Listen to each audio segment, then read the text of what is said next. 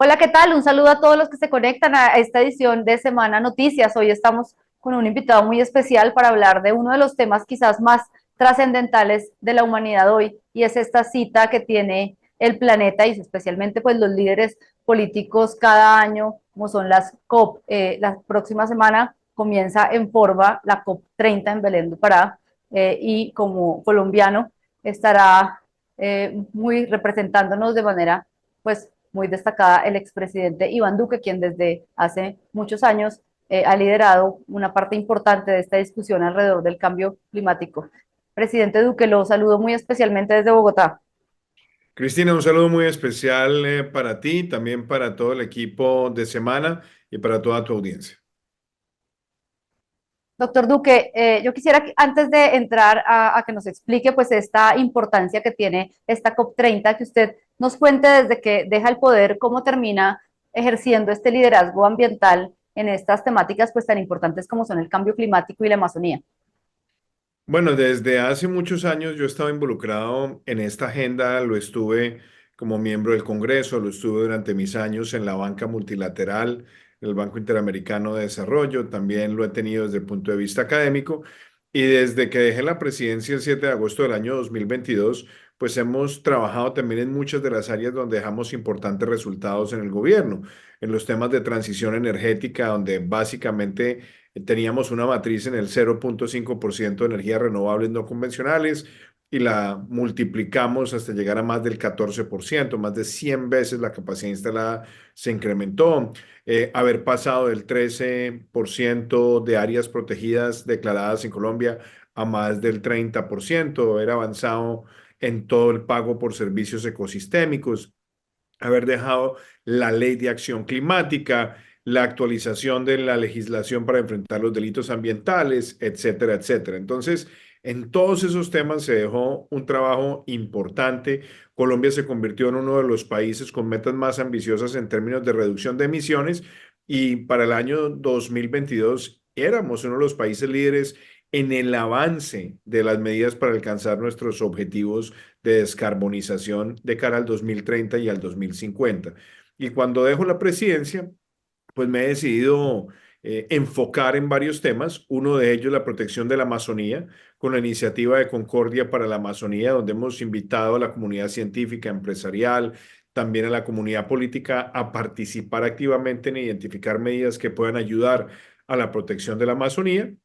Y también lo hemos hecho desde la participación mía en juntas de conservación internacional, en lo que se conoce como SBTI, que son el Science Based Targets Initiative, que define todas las metas científicas de descarbonización empresarial en todo el mundo. Y por supuesto, mi trabajo muy activo en identificar mecanismos a través de los cuales, desde la parte del liderazgo de los estados, se empiezan a definir metas concretas y fáciles de evaluar que permitan tener acceso al financiamiento, sea a través de canjes de deuda, sea a través de bonos de biodiversidad o bonos de carbono, tener las taxonomías verdes y, por supuesto, tener también los créditos de carbono y de biodiversidad para financiar proyectos. Entonces, a eso me he dedicado y estaremos participando en algo muy importante en esta COP 30, que es el foro abierto de la Alianza Global por la Biodiversidad, que ha liderado el presidente de Guyana, Irfan Ali, y que en este momento tiene un respaldo muy importante tanto del presidente Lula como del secretario Guterres. Entonces estaremos llamando a otros jefes de Estado a unirse y a respaldar esta iniciativa.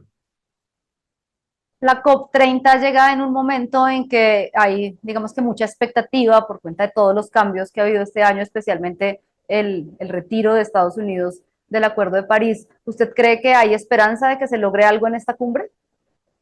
Yo creo que hay avances importantes que no se pueden minimizar. Yo creo que ya el hecho de haber dado un paso para tener un fondo especial dedicado a la protección de la Amazonía, yo creo que es un paso trascendental. Hay que reconocer una cosa, Cristina, y es que el bioma amazónico es fundamental para nuestro planeta. Es fundamental no solamente para contener los efectos del cambio climático, es fundamental tanto en adaptación como en mitigación. Y lo digo porque solamente el bioma amazónico puede estar capturando anualmente cerca del 15% de las emisiones globales de gases de efecto invernadero. Ahora bien, la Amazonía ha perdido en los últimos 40 años el equivalente al tamaño de Francia y Alemania conjuntamente debido a la deforestación y también al uso negativo de la tierra. Entonces, hay que hacer una tarea de reforestación, de recuperación y, por supuesto, de abolir esas tasas de deforestación que son tan nocivas, sobre todo para evitar que la Amazonía pase de ser un muro de contención y se convierta en un emisor neto, algo que no podemos darnos el lujo de que ocurra. Y eso implica tener también unos mecanismos financieros donde pueda haber canjes de deuda por protección efectiva de la Amazonía, donde podamos tener también el trabajo de pagos por servicios ecosistémicos asociados con la recuperación, con la protección, y que tengamos también la posibilidad de darle herramientas a través de bonos asociados con la protección de la Amazonía y que se puedan también sacar créditos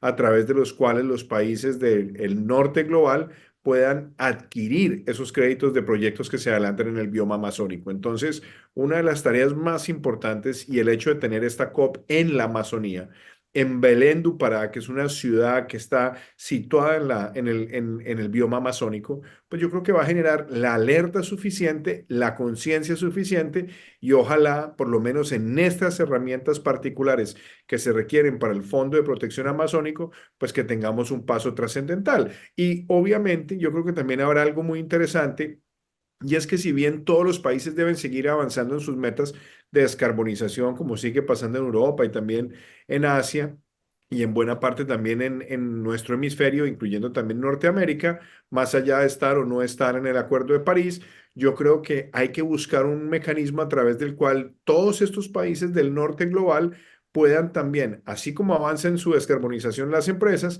también puedan las empresas adquirir créditos asociados con proyectos que se adelanten en el sur global relacionados sobre todo con la contención de las emisiones y también con la protección de ecosistemas. Y le quiero decir una cosa, Cristina, es muy importante tener en cuenta que la segunda mayor causa de emisiones en el mundo es justamente la degradación de la tierra, la degradación de ciertos ecosistemas.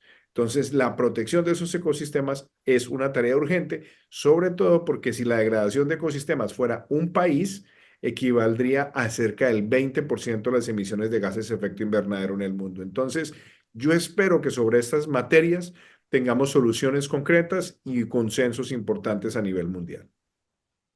Hay un claro giro de esta discusión hacia América Latina. Vimos el año pasado pues el éxito que tuvo la conversación de la COP16 en Cali y como pues usted mismo pone de presente esta reunión de la COP30 sobre cambio climático va a ser en Brasil. ¿Qué oportunidades para Colombia siente usted que pues da esta coincidencia, digamos, geográfica de que dos de las conversaciones más importantes del mundo, la de biodiversidad y la de cambio climático, se estén dando en este hemisferio?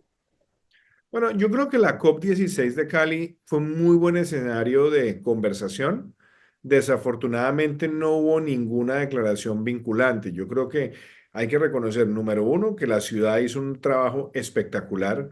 Yo creo que el alcalde Eder, con su equipo liderado por la exministra Angélica Mayolo, por toda la concepción académica, empresarial, institucional de la ciudad, pues le mostraron al mundo un lugar maravilloso que además no solamente fue acogedor, sino que en todo el grupo de expertos a nivel mundial, pues hay un sentido de gratitud y también de admiración a la forma en la que la ciudad hizo posible un evento de esa envergadura. También hay que reconocer que hubo un diálogo académico profundo, que se lanzó el Fondo Cali, pero el Fondo Cali nació sin recursos y por otro lado, pues no hubo ninguna declaración que reflejara consensos. Eso, obviamente, para algunos fue algo frustrante, pero hay que reconocer que se venía también del avance que se había hecho en Montreal, donde hay un compromiso ya mundial de la gran mayoría de países de alcanzar el 30% de áreas protegidas como mínimo para el año 2030, algo que Colombia logró en nuestro gobierno en el año 2022, 8 años antes de la meta. Entonces, yo creo que ahí hay unos pasos fundamentales y que ahora se aborden también estos temas en Belén do Pará, en la COP climática, pero trayendo a la mesa la importancia de la protección de la biodiversidad para poder ser efectivos en la mitigación y la adaptación frente al cambio climático, pues yo creo que es algo supremamente novedoso. ¿Qué me parece importante? Y es que en esta COP en Belén do Pará, el mundo va a poder darse cuenta lo que significa el bioma amazónico. Estamos hablando que el bioma amazónico puede ser tan grande en tamaño como los Estados Unidos y por otro lado es una región que alberga casi 50 millones de personas. Es decir, que si el bioma amazónico fuera un país, podría ser el tercero o cuarto país más poblado de toda esta región latinoamericana y caribeña. Y son personas que trabajan y que requieren también que su trabajo esté asociado todos los días con la posibilidad de conservar y proteger este ecosistema que es vital para la humanidad.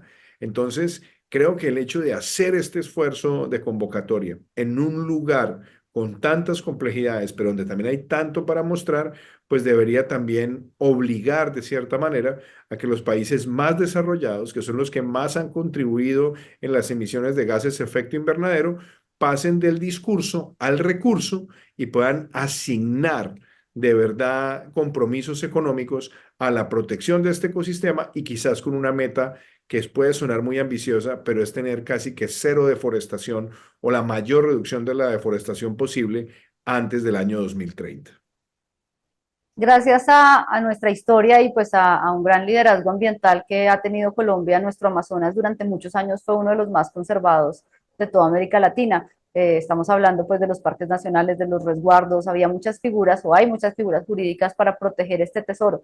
Sin embargo, en los últimos años estas figuras no han alcanzado para resguardar ese patrimonio natural de múltiples temas, de los incendios, de los grupos armados. Usted que ha hecho pues un estudio de lo que es el bioma amazónico, ¿cómo siente que está conservada la parte que le corresponde a Colombia? Yo creo que el reto más grande hoy, Cristina, sin lugar a dudas, está en Brasil, ¿no? Brasil tiene quizás la mayor proporción del bioma amazónico y obviamente después vienen países como Perú, Colombia. Ahí, por supuesto, también entra Bolivia a jugar, entra Ecuador a jugar, Guyana, Surinam, Venezuela. Pero las amenazas creo que son comunes y las amenazas es el daño que está generando en términos de deforestación la minería ilegal, por un lado, lo que está generando también el tráfico ilegal de maderables, lo que está adelantando el tráfico ilegal también de especies y por supuesto todos los temas asociados con cultivos ilícitos. En el caso particular de Colombia hay algo que es muy triste y es que la mayor concentración de cultivos ilícitos está prácticamente en parques nacionales, en resguardos indígenas y en territorios que son también de comunidades afrodescendientes. Y una muy buena parte de esos lugares está también en el trapecio amazónico nuestro. Entonces, uno diría, bueno, ¿qué se puede hacer? Y yo creo que, por un lado, se tomaron decisiones muy importantes en nuestro gobierno cuando le impusimos sanciones en materia de drasticidad con penas intramurales a los delitos ambientales. Antes no teníamos eso. Entonces los ecocidios no eran castigados de manera proporcional. Eso se actualizó. Se adelantó la operación Artemisa con el ejército y donde también no solamente se combatían esas fuentes, donde también está, por ejemplo, la ganadería ilegal en esos lugares donde no es adecuado. Y empezamos también a promover el pago por servicios ecosistémicos y a generar también la promoción de cadenas de valor agregado con frutos amazónicos como el azaí, el copo azul, el camu camu, el que también es importante el Sacha Inchi. Y entonces, en la medida que se empezaban a desarrollar también esos frutos, pues empieza a generar un mayor involucramiento de las comunidades también a través de ellos. Entonces, yo creo que Colombia ha tomado decisiones importantes. Estamos lejos de superar el problema, pero yo creo que el haber firmado el Pacto de Leticia en el año 2019 entre los países amazónicos promovido por nosotros en Leticia, pues le permitió también darle como una especie de relanzamiento al trabajo de la Organización del Trabajo de Cooperación, del Tratado de Cooperación Amazónica, conocida como la OTCA, y ahora, como la OTCA tiene sede en Brasil y tiene ese liderazgo tan importante de Brasil, lo que todos esperamos es que no solamente haya recursos, haya coordinación institucional, enfrentemos las amenazas conjuntamente y le podamos hacer un llamado también a los países más desarrollados para que pongan recursos, para que se comprometan y con cosas tan elementales como esto, que nos ayuden con tecnología satelital a identificar la maquinaria amarilla que está en estos lugares que son santuarios de la naturaleza, de manera que puedan ser desactivados y que podamos utilizar también la tecnología con las compañías que las fabrican para hacerlas inoperantes a través de toda esta ubicación georreferenciada, de tal manera que no puedan entrar a destruir estos ecosistemas. Esos son algunos de los temas que yo espero que se toquen en esta COP30. Usted lideró junto con el presidente de Guyana y en Guyana pues esta reunión de concordia que ha sido tan importante para la discusión del futuro de la Amazonía. ¿Por qué Guyana es tan estratégico en esta conversación? Guyana tiene una ventaja, Cristina, y es que es uno de los países del bioma amazónico con las menores tasas de deforestación. Y yo creo que eso ya de por sí es algo que hay que reconocer. Segundo, Guyana tiene desde el año 2009 un plan de desarrollo absolutamente asociado con un crecimiento bajo en emisiones. Ellos lo llamaron en su momento el Low Carbon Development Strategy y eso los posicionó en todo el mundo. Y hoy Guyana es uno de los países que también, así como está utilizando la capacidad científica y tecnológica para sacar la riqueza del subsuelo de manera que pueda derrotar la pobreza en el suelo, lo está haciendo, siendo también un país que lidera la conversación en la protección ecosistémica y de la Amazonía.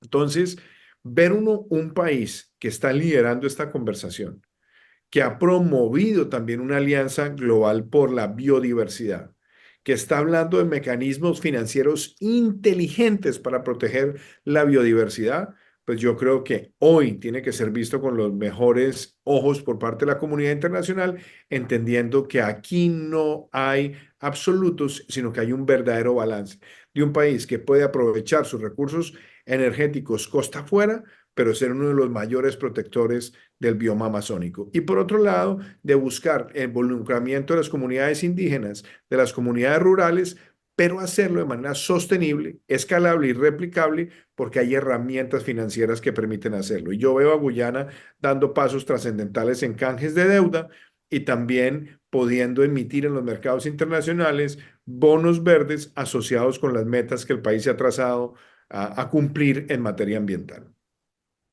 El presidente Gustavo Petro pues ha sido una persona muy vocal en este tema del cambio climático y pues, quizás es uno de sus discursos más reiterados en todos los escenarios internacionales. ¿Por qué cree que pese a esa, digamos que, obsesión o ese gran compromiso que tenga, dependiendo de cómo quien quiera verlo, Colombia hoy no lidera esa discusión del cambio climático bajo su gobierno? Por la demagogia, Cristina. Es que cuando una persona es populista, demagógica, megalómana, pues y narcisa, todo falla. Porque es que en el mundo estas cosas se enfrentan de manera pragmática. El que tanto se ufana de supuestamente promover las energías renovables, pues tomó decisiones en la reforma tributaria primera que sacó el gobierno, donde acabó con todos los incentivos para que llegaran nuevas inversiones en las energías renovables en el país, que tomó muchos años, estructurar y que en esos años de nos estructuró, le generó todo el apetito a los inversionistas que permitió en Colombia dar saltos impresionantes en materia de capacidad instalada solar y eólica. Pues todo eso lo desmontaron. Usted ve lo que ha pasado con energía de Portugal, usted ve lo que ha pasado con los proyectos eólicos, los costa afuera, los que también teníamos en territorio. Entonces, ahí hay un primer elemento. Lo segundo es que todos los países hoy están integrando sus fuentes de energía. Integrando las fuentes de energía significa que todo sirve para la seguridad energética mientras también haya un gran compromiso ambiental. Colombia paró toda la exploración en materia de hidrocarburos, pero por otro lado, también paró la campaña Artemisa, también dejó de aplicar la ley contra los delitos ambientales de manera implacable y por otro lado suspendió buena parte de los proyectos de aceleración del pago por servicios ecosistémicos. Y de hecho, uno de los programas internacionales más respaldados que fue Herencia Colombia también lo dejó desmontar. Entonces, todo esto ocurre. ¿Por qué? Porque aquí lo que hay es discurso, pero no hay ejecución, no hay liderazgo, no hay gerencia. Y pues obviamente esto es una vergüenza nacional, porque nos quedamos solamente en la cháchara, en todos estos discursos grandilocuentes, pero ninguno soportado ni en una base científica ni en una seria capacidad gerencial. Y por eso Colombia desafortunadamente ha perdido credibilidad en esta agenda. Se nos acaba el tiempo, pero yo no quisiera dejarlo ir sin hacerle una última pregunta, y es para todas las personas que nos están viendo, ¿por qué es importante seguir esta discusión que se realiza en Belén do Pará con esta COP30? ¿Qué le aporta, digamos, al ciudadano colombiano esto que va a pasar en estas semanas? Porque estas cumbres que reúnen a la comunidad científica, a los tomadores de decisiones desde el gobierno, pero sobre todo cada vez más al sector privado, está mostrando que en uno de los grandes retos de nuestro tiempo, más allá del Acuerdo de París, hay avances que son importantes. Mire, el último informe de la Agencia Internacional de Energía mostró que en el año 2024 se aumentó la demanda por energía en el mundo, por la presión sobre todo de mayor demanda de electricidad. Pero lo que es interesante, Cristina, es que el número de emisiones ya empezó a tener una desaceleración cada vez más marcada. Y eso quiere decir que hay un compromiso del sector privado y de los gobiernos. Si usted se da cuenta, China, que era uno de los grandes emisores en el mundo y que si bien sigue representando en este momento el 58% de la demanda mundial de carbón, pues China hoy es líder en capacidad instalada tanto eólica como solar y está también siendo más eficiente en los vehículos y está también diversificando su matriz energética. Entonces, uno ya ve que hay unos consensos importantes. Ahora, ¿qué se necesita? Que los países del sur global, donde está también América Latina y el Caribe, podamos ver cómo los proyectos que financian los países más ricos y las empresas de los países más ricos también pueden ayudar a traer recursos hacia estas regiones. ¿Por qué? Porque la cantidad de inversiones que se van a requerir, que son más de 2,8 trillones, y cuando digo trillones son trillions americanos, pues esos recursos no van a venir de los presupuestos porque hay altos niveles de endeudamiento, no van a venir de donantes bilaterales exclusivamente y no van a venir de la filantropía exclusivamente. Lo único que queda disponible es el mercado. Entonces, por eso, todo lo que tenga que ver con los créditos asociados con reducción de emisiones de los países y las empresas más ricas del norte global deberían también hacerlo con proyectos que vengan de nuestra región y ahí es donde habrá una gran apuesta en Belén do Pará. ¿Cuál espero que sea el gran anuncio de esto? Que todos los fondos que se han anunciado para la protección de la Amazonía tengan un gran soporte en este tipo de herramientas de mercado. Y por otro lado, que veamos no solamente más emisiones de bonos, de biodiversidad y bonos verdes que financien y acompañen esta agenda de descarbonización, sino que también entendamos que más allá del discurso ecológico hay un elemento que tiene que ver con la eficiencia. Cuando un país es capaz de producir más con menos emisiones, es un país más eficiente. Y en el caso particular de Colombia, Cristina, somos uno de los países de las economías grandes de América Latina con el menor número de emisiones por punto del Producto Interno Bruto. ¿Qué quiere decir eso? Que un dólar invertido en Colombia es más verde que invertido en otros lugares. Luego ahí hay una competitividad en términos de eficiencia que tenemos que volverla nuestro aliado y que eso nos permita también traer inversión y generar en esa economía verde una nueva oportunidad de dinamismo y de transformación social. Presidente, millones de gracias por acompañarnos en este espacio en semana y por darnos el contexto de esta discusión que es tan importante y que viene en estas 2 semanas en Brasil y en las que usted pues jugará un rol muy importante. Muchísimas gracias, Cristina. Un saludo muy especial para todos ustedes. Y a todos ustedes no se pierdan el cubrimiento de semana de la COP 30 en Brasil y todas las noticias nacionales e internacionales que publicamos día a día en semana.com.